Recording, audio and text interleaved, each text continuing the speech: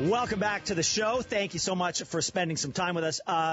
It feels like we are at the beginning of a big reintroduction by Pierre Poilievre to the Canadian voter. And I think it started a little while ago. And I think it's going to take a long time before it takes hold. But thus far, what I've seen over the past week or so, I haven't seen a misstep. I appreciate the tone.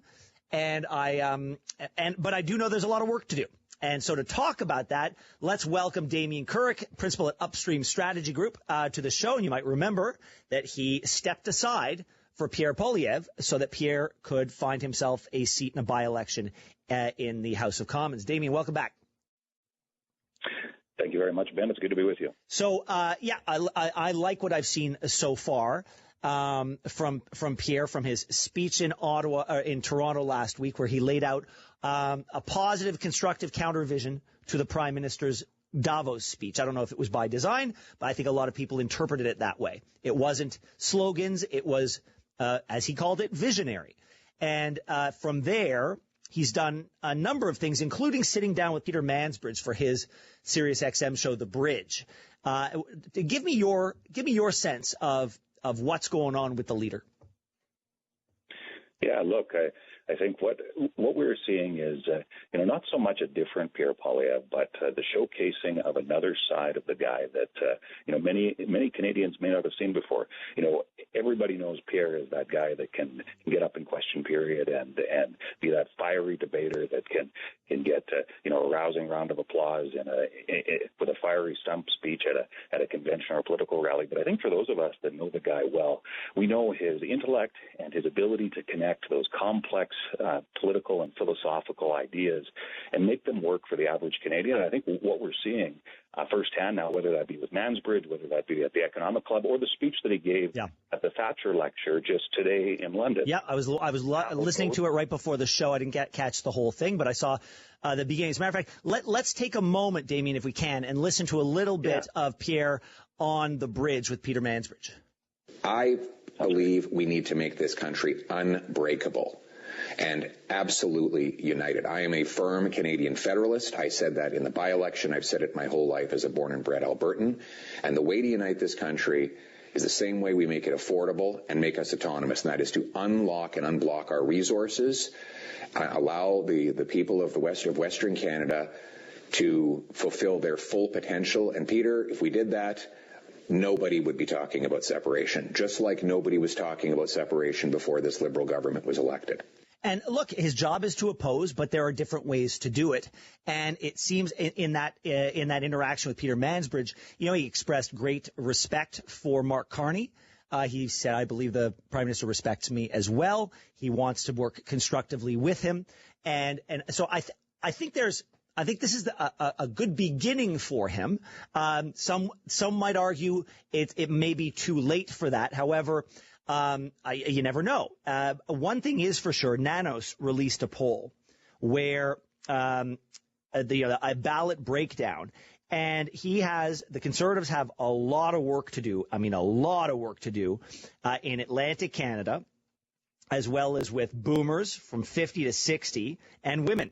That was the knock during the election, and it looks like it's still the knock today. So whatever plan I think he has, I think it's got to be I think it's a 12-month plan at least. How do you see it? Yeah, and I think that in that Mansbridge interview, he said, look, the strategy has been adjusted. He's going to talk to everybody. Speaking to somebody who spent 50 years at the CBC, I think is a showcase for that. And I expect that over the course of the coming weeks and months, we're going to get to know more and see more of this side of Pierre that really breaks down the real issues that our nation is facing, is willing to be collaborative while also showcasing the best of what Canada can be. And I think that's what came through in these last few speeches, and I think that's what we can expect to see continue. Well, one thing that I said last week, Damien, was one of the advantages to being Prime Minister is it's very easy for voters to see you as a Prime Minister, as Prime Ministerial. And once people see you in that role, it's easier to vote for you in that role. However, that doesn't preclude someone like Pierre Poilievre from presenting as a statesman and presenting as a responsible alternative to the Prime Minister. And if you couple that with, and I think we're seeing that, if You couple that with meeting people where they are, and that includes, look, boomers. I don't know how many of them listen or watch the CBC, but my inclination is they're probably more prone to watching legacy media than they are podcasts. So going to talk in places where they might be found is a smart strategy. And so on those two fronts, I think he's checking those boxes. What do you think?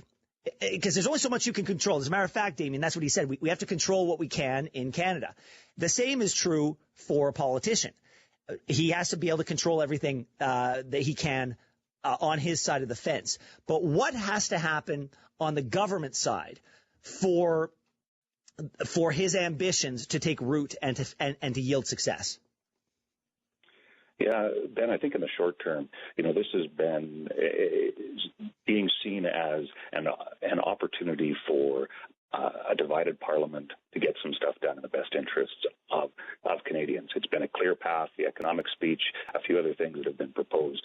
And I think what it does is it really is going to be a test for the Prime Minister and the Liberals, who have, they're quick to call the opposition political, but they certainly are pretty good at doing politics themselves. Yeah. And now it's up to them to reciprocate and to say, look, in the best interests of the country, here's how we can chart that path forward together. And it may require some give from them as well. Yeah. It certainly won't be all take. And I think that's where now the test really will be in the hands of the Prime Minister to say, okay, you've been given the offer. There's the terms.